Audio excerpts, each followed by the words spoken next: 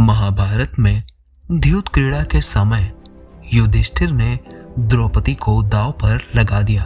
दुर्योधन की ओर से मामा शकुनी ने द्रौपदी को जीत लिया। उस समय दुशासन द्रौपदी को बालों से पकड़कर घसीटते हुए सभा में लेकर आया।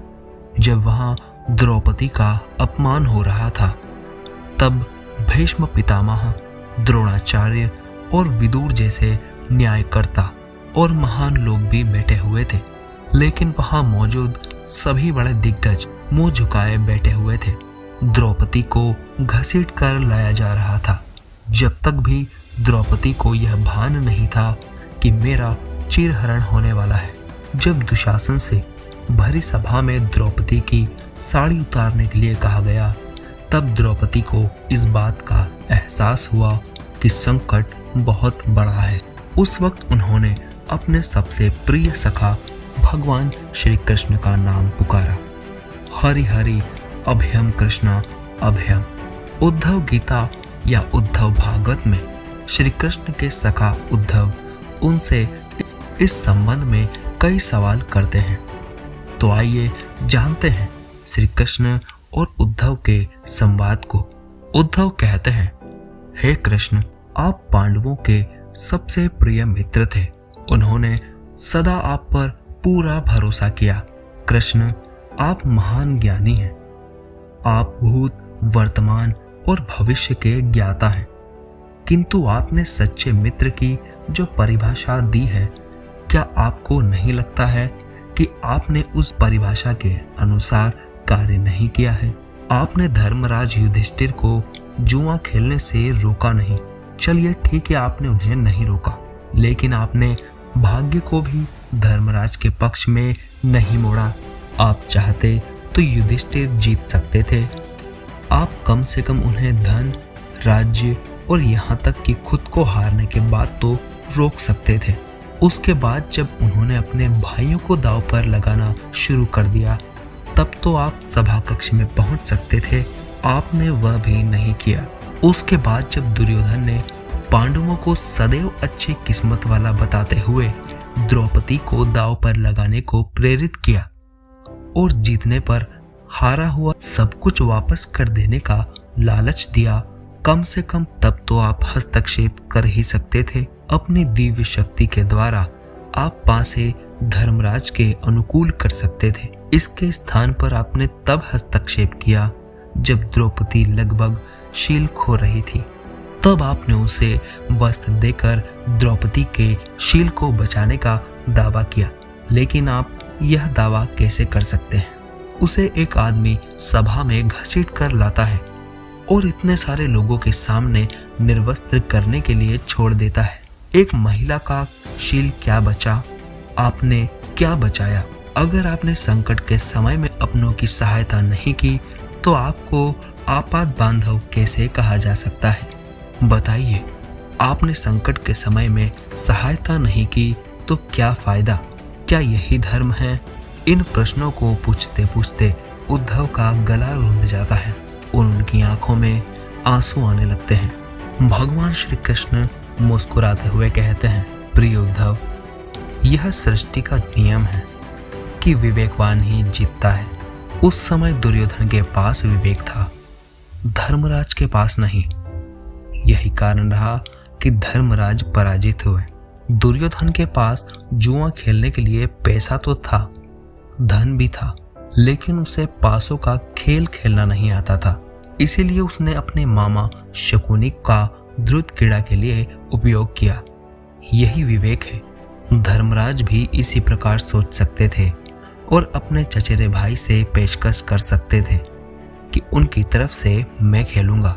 जरा विचार करो कि अगर शकुनी और मैं खेलते तो कौन जीतता? पासे के अंक उसके अनुसार आते या फिर मेरे? चलो इस बात को भी जाने दो, उन्होंने मुझे खेल में शामिल नहीं किया। इस बात के लिए उन्हें क्षमा किया जा सकता है, लेकिन उन्होंने विवेक शून्यता से एक और बड़ी गलती की, और वह यह कि उन्होंने मुझसे प्रार्थना की कि मैं तब तक सभा कक्ष में न आऊं जब तक मुझे बुलाया न जाए, क्योंकि वे अपने दुर्भाग्य से खेल मुझसे छुपकर खेलना चाहते थे।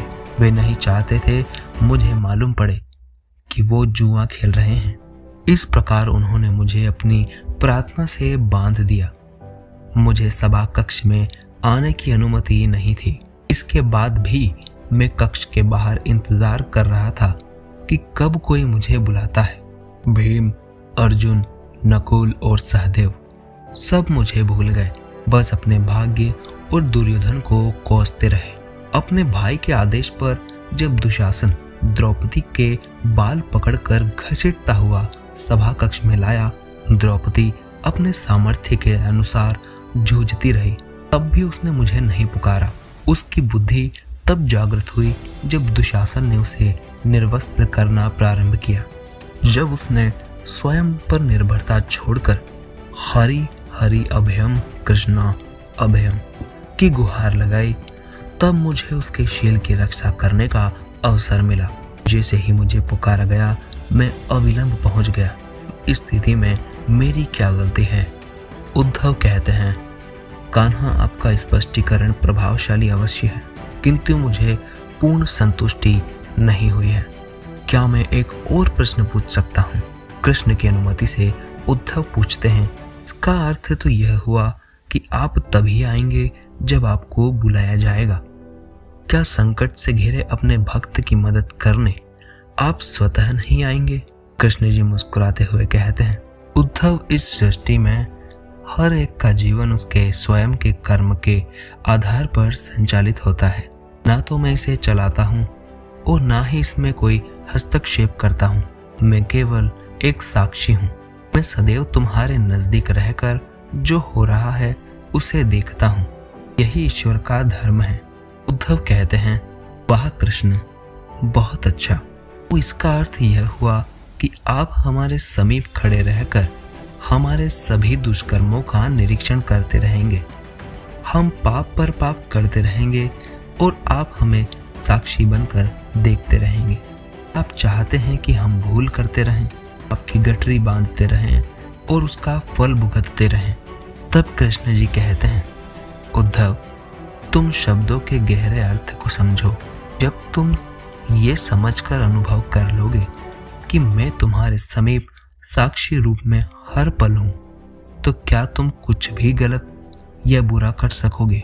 तुम निश्चित रूप से कुछ भी बुरा नहीं कर सकते। जब तुम यह भूल जाते हो और यह समझने लगते हो कि मुझसे छुपकर कुछ भी कर सकते हो, यही तुम कठिनाइयों में फंसते हो।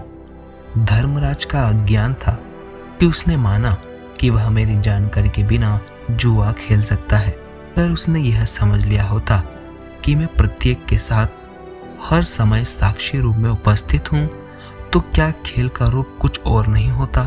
उद्धव मंत्रमुग्ध हो जाते हैं और कहते हैं, ओह, कितना गहरा दर्शन है, कितना महान सत्य। प्रार्थना और पूजा पाठ से ईश्वर को अपनी मदद के लिए बुलाना तो महज हमारी परभावना है, किंतु जैसे ही हम यह विश्वास करना शुरू करते हैं कि ईश्वर के बिना पत्ता भी नहीं हिलता, तब हमें साक्षी रूप में उनकी उपस्थिति महसूस होने लगती है। गड़बड़ तो तब होती है जब हम इसे भूलकर सांसारिकता में डूब जाते हैं। ये था श्री कृष्ण और उद्धव का संवाद। आशा करता हूँ आपको ये वीडियो पसंद आया होगा। मिलते हैं अगली वीडियो में।